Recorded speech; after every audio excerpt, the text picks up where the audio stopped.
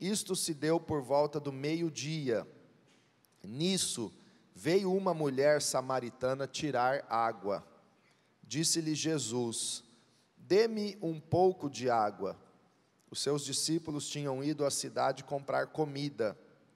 A mulher samaritana lhe perguntou: como o Senhor, sendo judeu, pede a mim, uma samaritana, água para beber? Pois os judeus não se dão bem com os samaritanos. Jesus lhe respondeu: se você conhecesse o dom de Deus e quem lhe está pedindo água, você lhe teria pedido, e ele lhe teria dado água viva. Disse a mulher: o Senhor não tem com que tirar água, e o poço é fundo. Onde pode conseguir essa água viva? Acaso o Senhor é maior do que o nosso pai Jacó, que nos deu o poço, do qual ele mesmo bebeu, bem como seus filhos e seu gado? Jesus respondeu: quem beber desta água terá sede outra vez, mas quem beber da água que eu lhe der, nunca mais terá sede. Ao contrário, a água que eu lhe der se tornará nele uma fonte de água a jorrar para a vida eterna. A mulher lhe disse: Senhor, dê-me dessa água, para que eu não tenha mais sede, nem precise voltar aqui para tirar água. Ele lhe disse: vá, chame o seu marido e volte. Não tenho marido, respondeu ela. Disse-lhe Jesus: você falou corretamente, dizendo que não tem marido. O fato é que você já teve 5, e o homem com quem agora vive não é seu marido. O que você acabou de dizer é verdade. Disse a mulher: Senhor, vejo que é profeta. Nossos antepassados adoraram neste monte, mas vocês, judeus, dizem que Jerusalém é o lugar onde se deve adorar.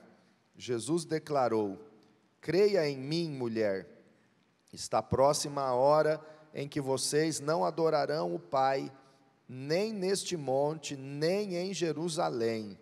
Vocês, samaritanos, adoram o que não conhecem. Nós adoramos o que conhecemos, pois a salvação vem dos judeus. No entanto, está chegando a hora, e de fato já chegou, em que os verdadeiros adoradores adorarão o Pai em espírito e em verdade. São estes os adoradores que o Pai procura. Deus é espírito, e é necessário que os seus adoradores o adorem em espírito e em verdade. Disse a mulher: sei que o Messias, chamado Cristo, está para vir. Quando ele vier, explicará tudo para nós. Então Jesus declarou: eu sou o Messias, eu que estou falando com você. Amém? Vamos orar. Senhor meu Deus, maravilhoso Pai, nós estamos na dependência do Senhor e queremos viver o Teu melhor, o Teu propósito e a Tua vontade. Fale conosco, Pai. Nós abrimos o coração, repreendemos toda distração ou incredulidade, repreendemos todo o mal e pedimos, ó Pai, que o Senhor quebre toda barreira, toda incredulidade, toda dureza do nosso coração, para que possamos, meu Deus, viver o melhor do Senhor, receber nesta manhã o alimento para a nossa alma e estar diante da Tua presença com amor, com temor e com a fé necessária para a nossa vida. Pai, nós Te agradecemos em nome de Jesus. Amém. Graças a Deus. Irmãos, esta é uma das passagens mais lindas da Bíblia, dos Evangelhos. Jesus estava indo de Jerusalém para Galiléia, onde Jesus mais realizou milagres, onde ele escolheu os discípulos, onde era praticamente o quartel-general de Jesus, na Galiléia. E para ir de Jerusalém para Galiléia, era necessário passar pelo território dos samaritanos, e neste texto a Bíblia relata, o apóstolo João relata que eles tinham que passar por Sicar, e já era por volta do meio-dia, sol quente, calor. Jesus parou junto ao Poço de Jacó, um lugar que era muito especial, tanto para judeus como para samaritanos. E aquele poço, como estava num território de samaritanos na época, ali viviam os samaritanos, e próximo àquele poço era a pequena cidade de Sicar. E este Poço de Jacó, ele fica no meio de um pequeno vale, entre o Monte Gerizim e o Monte Ebal, 2 montes que em Deuteronômio foram pronunciados bênçãos e maldições. E ali no meio daqueles 2 montes, num vale, estava o Poço de Jacó, um poço bem fundo, escavado na rocha. Então não era fácil a escavação, não foi fácil escavar aquele poço, e num lugar muito profundo para encontrar água. Então realmente aquele poço era considerado como uma bênção deixada pelo patriarca Jacó, e foi de fato Jacó que mandou cavar aquele poço. Ele bebeu daquela água, como diz o texto, seu gado, seus filhos se alimentavam e sobreviviam daquela água, num lugar montanhoso, numa região árida. Então aquele poço era uma bênção, era a água que eles tinham para sobreviver naquele vilarejo, e considerado muito importante, muito especial.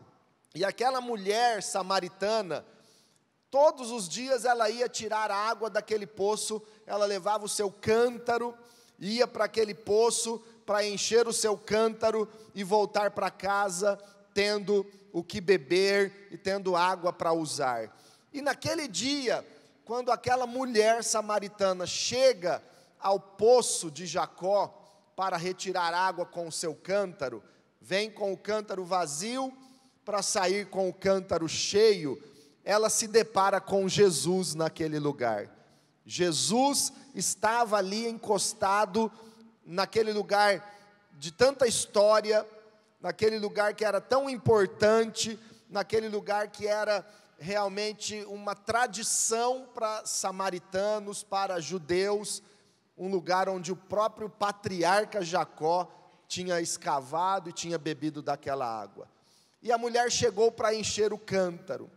Isso, primeiramente, nos chama a atenção, porque muitas pessoas se aproximam de uma igreja, ou da religião, ou até de Jesus, com o objetivo de encher o seu cântaro. A maioria das pessoas procuram Jesus, ou ainda enxergam igreja, ou a sua religião, como algo que Deus vai proporcionar para atender às suas necessidades. Muitas pessoas vêm à igreja porque esperam que Deus atenda às suas necessidades, que Deus encha o seu cântaro, que Deus resolva ou ajude a resolver os seus problemas e as suas dificuldades. E isso é pertinente do ser humano, porque todos nós temos necessidades. Cada um de nós tem as suas necessidades, físicas, ou familiares, ou financeiras, emocionais. Cada um de nós tem uma certa sede, tem uma certa necessidade, e sabemos que Deus é o Todo-Poderoso, e se Ele fizer assim, todas as nossas necessidades são supridas. Nós sabemos que quem nos dá o pão nosso de cada dia é Deus, quem abre portas, quem pode verdadeiramente curar, como nós ouvimos o testemunho da Júlia, quem pode nos abençoar é Deus. Então é quase que automático a gente estar na presença de Deus, esperando que o nosso cântaro se encha. É quase natural e espontâneo a gente ter saído da nossa casa no domingo para vir aqui começar a semana louvando a Deus e cultuando a Deus no culto do domingo de manhã da nossa igreja, para sair daqui renovados, para sair daqui com o cântaro cheio, para sair daqui saciado, e o nosso cântaro que a gente às vezes trouxe vazio, o cântaro emocional, o cântaro espiritual. Eu estou falando tanto cântaro aqui, imaginando que todo mundo sabe o que é cântaro. Uma vasilha, um pote de barro para encher de água, ok? Todo mundo está acompanhando? Então, a gente muitas vezes está na expectativa de que o nosso pote, né, como chamava pote mesmo, né, antigamente, nas casas não tinha filtro, não tinha geladeira, então tinha um pote de água, uma caneca de alumínio em cima, e os mais antigos implicavam, porque não era para pegar água do pote e já beber na caneca, era para pegar com aquela caneca e colocar em outra. Mas a expectativa que nós temos é de sair daqui com o cântaro cheio. E aquela mulher também foi ao poço de Jacó, que era um lugar tradicional, representava o que o homem, o que um patriarca tinha dado, era histórico, era importante, mas era algo que representava o que o homem podia dar, o que a tradição podia dar, o que o dinheiro pode comprar, o que a religião pode proporcionar. E naquela expectativa, a mulher samaritana chega até lá. E nesse momento, Jesus fala com ela. E Jesus pede de beber para ela. Jesus fala com aquela mulher samaritana dizendo: me dá algo para beber. E ela se assusta, porque os judeus e os samaritanos não tinham contato, não conversavam, eram inimigos, havia uma rivalidade. Judeu não conversava com samaritano, samaritano não conversava com judeu, havia uma barreira, uma separação, uma inimizade. Mas Jesus quebrou essa barreira e falou com ela. Isso primeiramente nos mostra como Deus fez uma obra gloriosa ao enviar Jesus ao mundo. Porque entre nós e Deus também havia uma barreira, havia uma parede de separação, havia uma inimizade por causa do pecado, mas Jesus quebrou a inimizade, Jesus quebrou essa barreira, essa parede de separação entre nós e Deus. Quando Ele morreu na cruz, Jesus nos religou ao Pai, e Ele nos tornou totalmente abertos para Deus. Jesus é o novo e vivo caminho para Deus. Pode aplaudir o Senhor. Aleluia. Porque o pecado nos causa separação. O pecado é a causa da separação entre o homem e Deus. Mas Jesus venceu o pecado, perdoou os nossos pecados, e Jesus nos religou ao Pai. Em Cristo nós estamos no novo e vivo caminho para a presença do Pai. O véu se rasgou, e em Jesus nós temos livre acesso com Deus. E não fomos nós quem demos este primeiro passo de aproximação, foi Deus. Foi Deus que se aproximou de nós e nos uniu a Ele, e nos uniu à sua presença. Então, quando Jesus pede de beber para aquela mulher, ela disse: mas como você me pede de beber? Se eu sou samaritana, você é judeu. Ela não estava entendendo o que Jesus começara a fazer.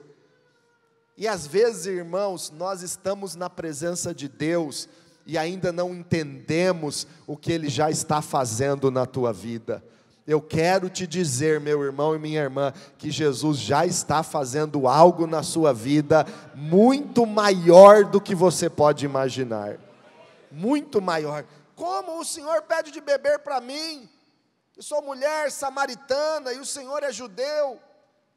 E Jesus disse assim para ela: se você conhecesse o dom de Deus e quem é que te pede de beber, você lhe pediria e ele lhe daria água viva. Se você conhecesse, irmão, se nós pudéssemos enxergar o que Deus está fazendo, nós saltaríamos de alegria e de júbilo, porque Ele é maravilhoso. Se conhecesses o dom de Deus, se conhecêssemos a dádiva de Deus, a graça de Deus, o dom de Deus, e quem é que fala conosco nesta manhã, nós íamos sair daqui como as pessoas mais felizes da terra, radiantes de felicidade, de alegria, saltando de júbilo, porque Ele é maravilhoso. Jesus começa a se apresentar aqui para aquela mulher. Se você conhecesse o dom de Deus, diga comigo: Jesus é o dom de Deus. Irmão, Jesus é a dádiva, é o presente de Deus para nós. Se você espera receber um presente nesta vida, o maior presente você já recebeu, é Jesus Cristo. E se você conhecer esse presente de Deus, a sua vida nunca mais será a mesma. Quem já conheceu um pouquinho e tem conhecido esse presente de Deus, e a sua vida mudou completamente, quando você conheceu esse presente, dá um glória a Deus. Tu lhe pedirias, aleluia, glória a Deus, e tu lhe pedirias, ele te daria água viva. Jesus é esta água viva.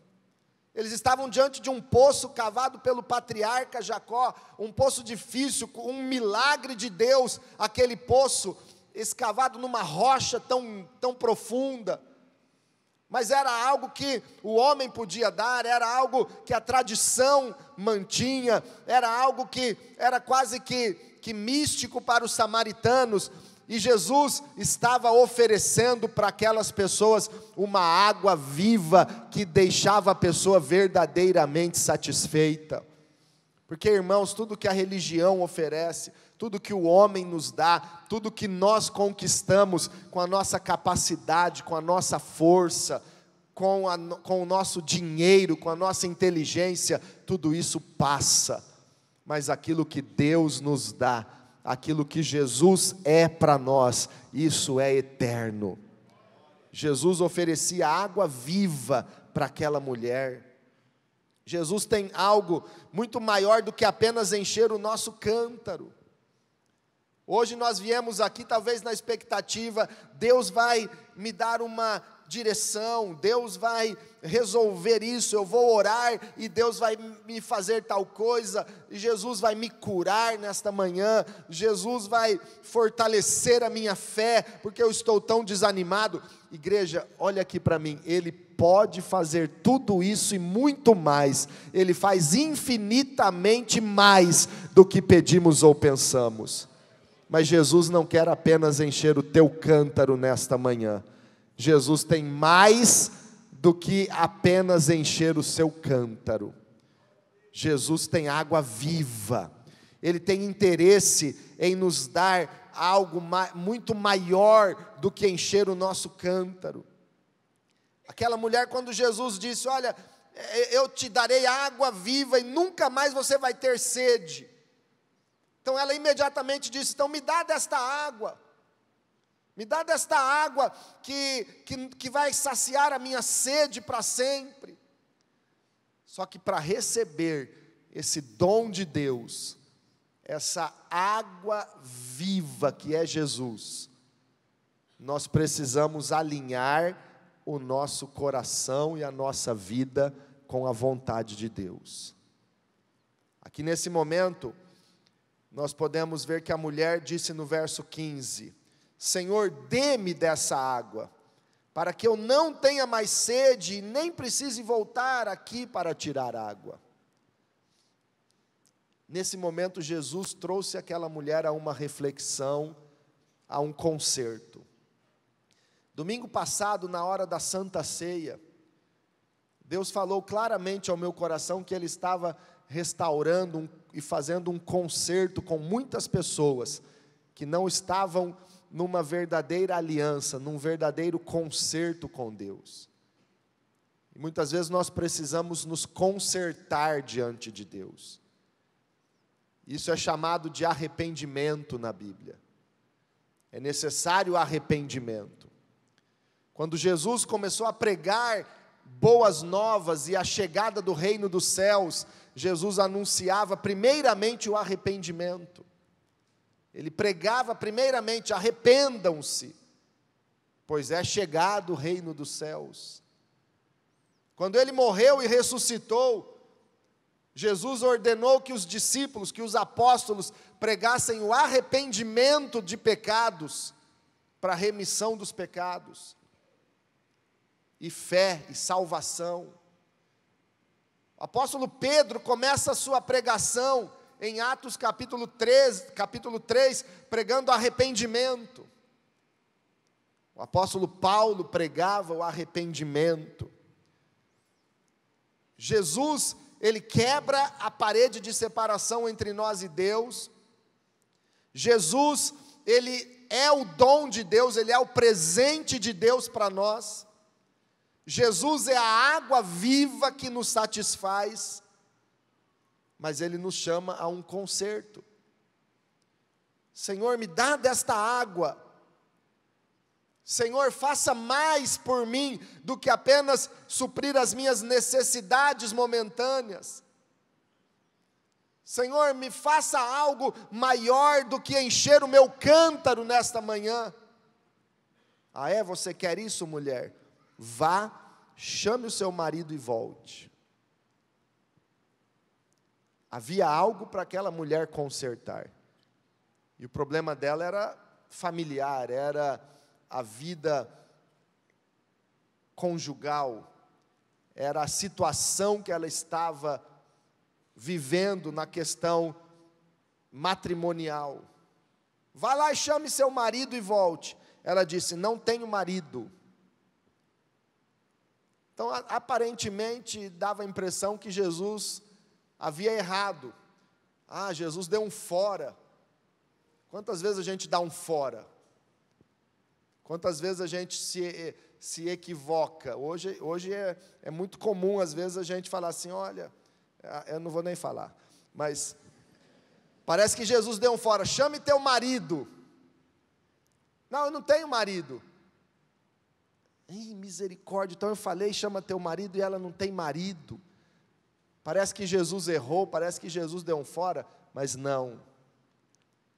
Jesus disse para ela: o fato, você falou corretamente dizendo que não tem marido.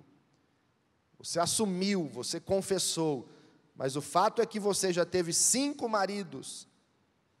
E o homem com quem você está vivendo agora como marido não é seu marido. Uau, misericórdia. Jesus conhece a nossa vida. E, irmãos, uma coisa é nós conhecermos Jesus como dom de Deus, a água viva. Uma coisa é nós recebermos a graça maravilhosa de Deus, e Ele é gracioso, Ele é maravilhoso, Ele é misericordioso.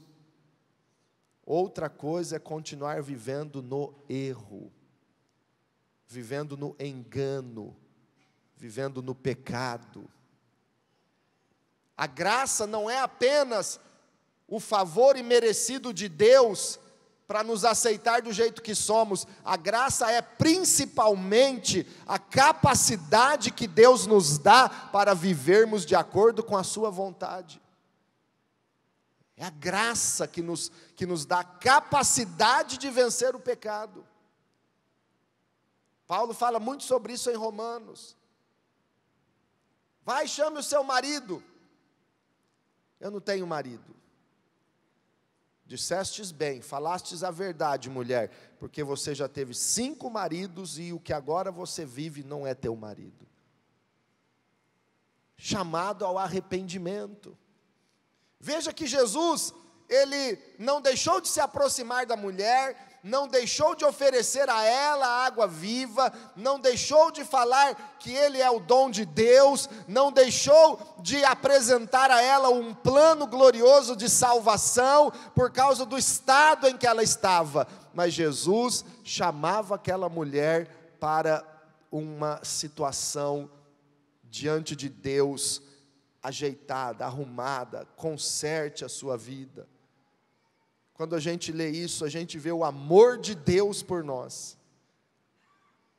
E esse amor é tão grande, nos chamando a andar reto, a andar correto diante do Senhor, a andar certo, a ser honesto, a ser fiel. Deus não nos chama para uma perfeição inigualável, que nós não temos mais nenhum erro, nós não temos mais nenhuma falha na vida, não é isso. Mas Deus nos chama para ser honestos, para ser sinceros, para ser justos, para ser fiéis, para deixar de ser mentiroso, deixar de ser fingido, hipócrita e ser verdadeiro, deixar de ser religioso, tradição, poço de Jacó, patriarca bebeu água aqui.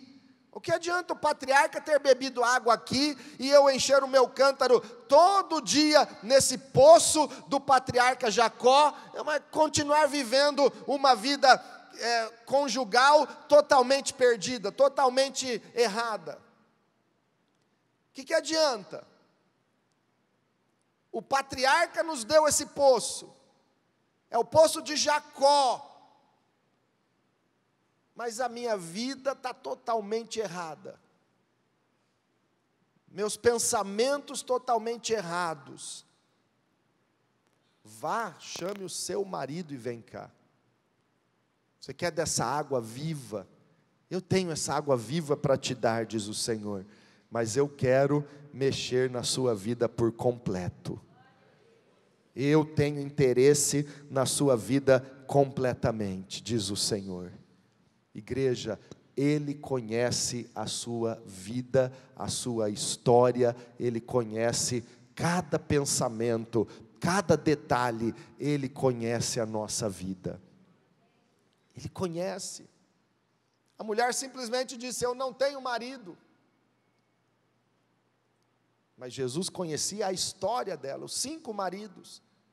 E Ele não falou para condená-la, Ele não falou para acusá-la. Olha, você já teve 5. Você errou, eles erraram. Isso não estava em questão. O problema era como ela estava agora. Porque veja, o seu passado, talvez você já errou muito, talvez você já pecou muito, mas Deus é bondoso, é misericordioso. Se você se arrependeu, Ele já apagou o seu passado, Ele já perdoou os seus pecados, mas Ele se importa como você está hoje. Ele se importa com o seu hoje. Aleluia! Jesus não estava jogando na cara dela um passado de 5 casamentos. Será que ela ficou viúva 5 vezes? Será que foram 5 divórcios? Será que foram 5 adultérios do marido ou dela? Não sei, não sabemos. Não era isso que importava para Jesus naquele momento, mas o que importava para Jesus naquele momento era como estava a vida de alguém que queria a água viva. Jesus se importa como está seu coração hoje, como está a sua atitude, como está a minha e a sua vida. Ele conhece a nossa história e Ele não veio só para encher o nosso cântaro com uma água que amanhã vai nos dar sede de novo. O que você conquista nesse mundo, as suas ambições, os seus desejos aqui, amanhã serão outros. Você pode comprar com o dinheiro ou conquistar com a sua capacidade tantas coisas, mas sempre você vai ter novos anseios e desejos. Jesus tem mais do que isso para nós. Jesus tem mais. Quando Jesus fala isso, a mulher disse: Senhor, vejo que é profeta. Diga comigo, Jesus é o profeta. Jesus conhece tudo, Ele conhece o passado, Ele conhece o futuro, Ele tem um propósito, Ele tem a palavra que muda a nossa vida, Ele tem a palavra que vem do céu para a minha e para a sua vida. Agora a mulher começou a conhecer um pouco, vejo que és profeta, ela começou a enxergar e ver quem era Jesus, e ela falou algo que era crucial na vida dela. Olha como ela tinha interesse e inclinação para as coisas espirituais. Será que você tem demonstrado interesse nas coisas de Deus? Você tem interesse na palavra? Você tem lido, estudado? Você ama a palavra de Deus? Você ama falar de Jesus? Adorar a Deus? Quando você está sozinho, você adora a Deus de verdade. Aquela mulher, quando ela percebeu que Jesus era profeta, que Jesus era homem de Deus, que Jesus não era um judeu qualquer, ela começa a falar com ele sobre um assunto de extrema importância na fé dos judeus e dos samaritanos, que é a adoração. Ela começa a falar algo que era importante para ela. Nós falamos do que é importante para nós. Jesus revelou que a boca fala do quê? O que está cheio no coração. A tua boca fala o que está cheio aqui dentro. Então ela começou a falar de adoração com Jesus. Nossos antepassados adoraram nesse monte. E o poço de Sicar estava entre o Monte Gerizim e o Monte Ebal. Monte Gerizim era o monte da bênção proclamada por Israel quando entrou na terra prometida. O Monte Ebal, o monte da maldição. Nossos antepassados adoraram nesse monte. Aquela região eram as terras que Jacó comprou e deu para o seu filho José como herança. Ali os patriarcas adoraram a Deus. Ali Jacó edificou um altar, diz o livro de Gênesis. Um altar ao Deus de Israel, ao Deus dele, Deus de Jacó. Nossos antepassados adoraram nesse monte, mas vocês, judeus, dizem que Jerusalém é o lugar onde se deve adorar. Veja que ela tinha uma questão essencial, só que ela estava focada num detalhe daquela essência, que era a adoração. E Jesus responde para ela no verso 21, creia em mim, mulher, está próxima a hora em que vocês não adorarão o Pai, nem neste monte, nem em Jerusalém. Vocês, samaritanos, adoram o que não conhecem, nós adoramos o que conhecemos, pois a salvação vem dos judeus. No entanto, está chegando a hora, e de fato já chegou, em que os verdadeiros adoradores adorarão o Pai em espírito e em verdade. São estes os adoradores que o Pai procura. Deus é espírito e é necessário que os seus adoradores o adorem em espírito e em verdade. Aquela mulher tinha uma questão essencial na vida para tratar com um profeta, com um homem de Deus, mas a questão dela era: onde se deve adorar? É aqui, em Jerusalém? Tem muita gente que ainda acha que existe só um lugar para adorar. Quando vem no culto, adoram. Quando vem no culto, oram. Mas no seu quarto, no seu lugar secreto, não oram, não adoram. Quando vem à igreja, leem a Bíblia, mas a semana inteira não leem a Bíblia. Às vezes nós perdemos o foco.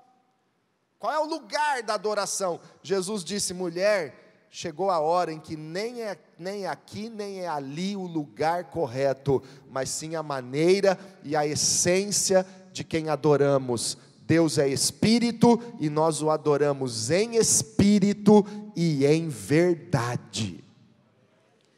Em espírito, com o nosso interior, com a nossa verdadeira motivação interior. com o nosso coração de verdade, não da boca para fora.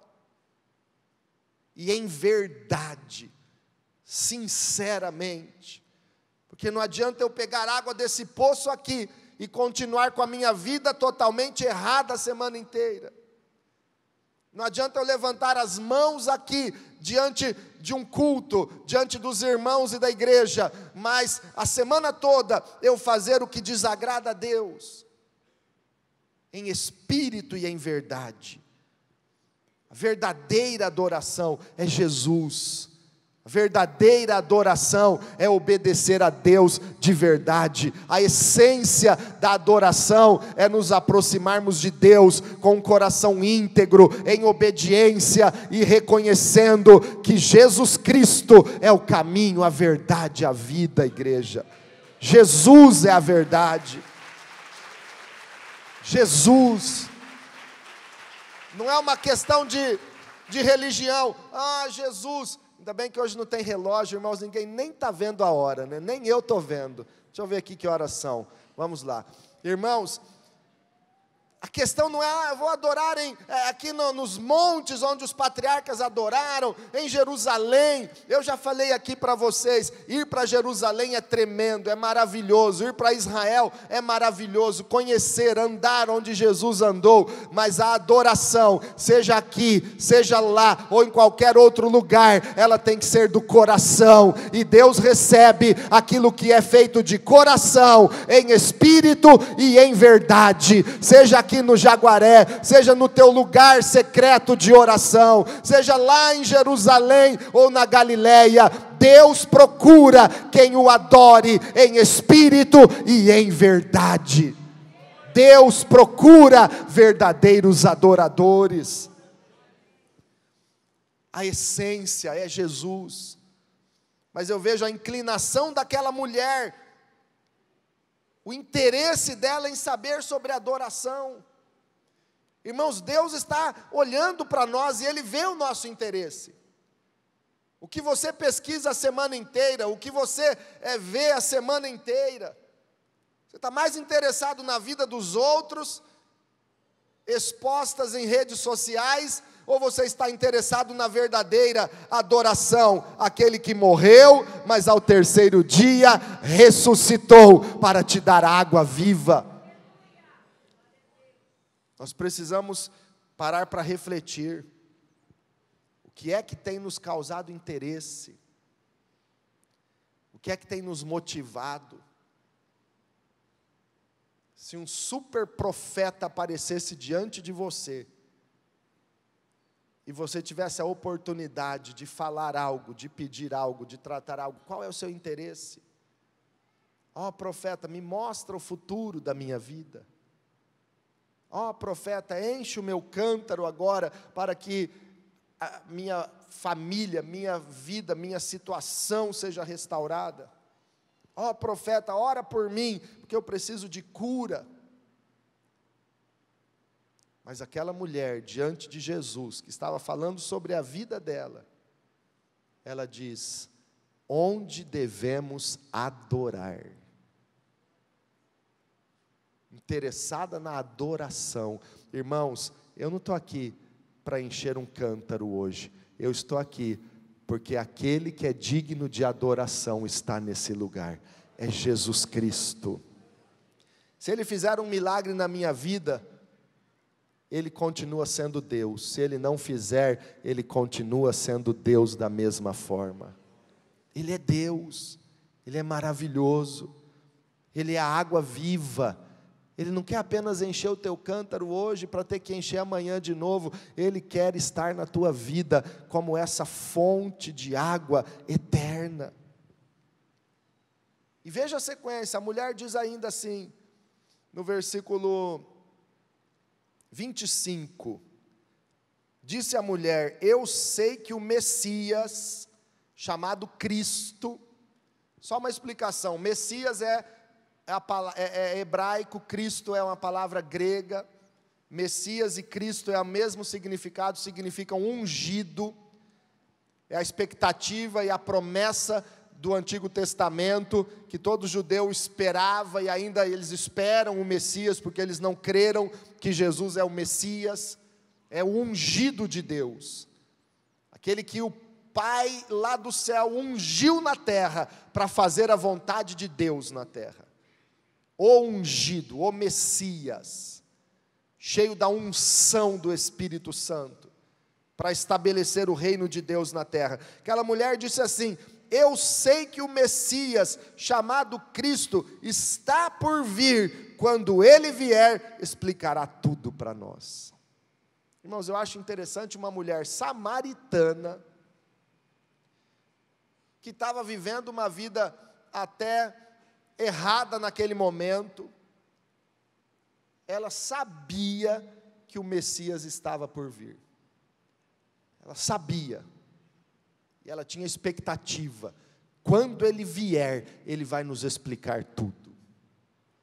E às vezes, pessoas que se dizem cristãos hoje em dia, religiosos, crentes, não têm expectativa nenhuma da vinda do Senhor Jesus. Você sabe que o Messias, o Cristo, o Senhor Jesus Cristo, em breve há de vir? Você sabia que Ele está vindo? Eu sei que o Messias está por vir, e quando Ele vier, nos explicará tudo. Você sabe que Ele veio, Ele deu a vida, Ele ressuscitou, Ele voltou para o céu, assentou-se à direita do Pai na glória, mas Ele há de vir, Ele voltará. Este Cristo que um dia subiu aos olhos dos seus discípulos, em breve voltará, e todo olho o verá. É Jesus Cristo. Eu sei que Ele há de vir. Eu sei que Ele voltará. Aquela mulher samaritana sabia, esperava, e quando Ele vier, Ele explicará tudo para nós. Hoje, irmãos, vergonhosamente tem crente que diz assim: Senhor, não volta não, porque minha vida não está preparada, se o Senhor voltar eu vou ficar. Eu sei que Ele há de vir. E no verso 26, então Jesus declarou: eu sou o Messias, eu que estou falando com você. Você já reparou na Bíblia que, para quase ninguém, Jesus afirmou tão claramente isso? Eu sou o Messias, como Ele afirmou para uma mulher samaritana. Olha a revelação de Jesus para uma mulher samaritana. Eu sou o Messias, eu que estou falando com você. Você está esperando o Messias? Eis-me aqui. Sabe o que Jesus está nos dizendo nessa manhã? Eu estou aqui com vocês. Irmãos, eu creio nessa palavra: onde estiverem 2 ou 3 reunidos em meu nome, eu estarei no meio deles. Jesus está aqui. Jesus está aqui. Se você está aplaudindo o pastor Valério, pode parar, mas se é para Jesus, pode aplaudi-lo como Ele merece. Aleluia! Jesus, Jesus maravilhoso. Eu sou o Messias. Irmãos, Ele vai se apresentando, Ele vai se revelando aqui. Veja como nesse texto, nessa conversa com a mulher samaritana, Jesus já se revelou como o dom de Deus, como a água viva. Ele é o profeta, Ele é a verdade. Ele se apresenta aqui dizendo: eu sou o Messias. Jesus Cristo é tudo em todos. Jesus é a razão da nossa vida, irmãos. Jesus, conheça Jesus. Eu sou o Messias. Ele se revela para aquela mulher. Quantos judeus não tinham interesse em conhecer Jesus? E Ele nunca disse para judeus abertamente: eu sou o Messias. Para quantos Ele só falou em parábolas? Mas para essa mulher Ele falou abertamente: eu sou o Messias. Ele já te falou grandes coisas. Eu tenho certeza que eu não sei muito, eu não sei tudo sobre Deus e sobre a Bíblia. Você não sabe tudo sobre Deus e sobre a Bíblia, e nunca vamos saber aqui na terra tudo sobre Deus, porque Ele é muito maior do que o nosso conhecimento limitado pode alcançar. Mas eu sei que aquilo que Ele já me revelou mudou a minha vida e a minha história. Você sabe que aquilo que Ele já revelou para você já mudou a tua vida e a tua história. Eu sou o Messias. Eu que falo com você. Naquele momento chegaram os discípulos. Os discípulos chegaram ali e a mulher foi embora. Eu quero encerrar, que você fique de pé, leia comigo o verso 28. No verso 28, diz assim: então, deixando o seu cântaro, a mulher voltou à cidade e disse ao povo: venham ver um homem que me disse tudo o que eu tenho feito. Será que ele não é o Cristo? Então saíram da cidade e foram para onde ele estava. Verso 28 diz que a mulher deixou o seu cântaro. Ela tinha ido buscar água no poço de Jacó com o seu cântaro. Mas agora ela deixa aquele cântaro de lado. Ela deixou aquele cântaro. E Deus nos chama para deixar de lado tudo aquilo que atrapalha o nosso relacionamento com Ele.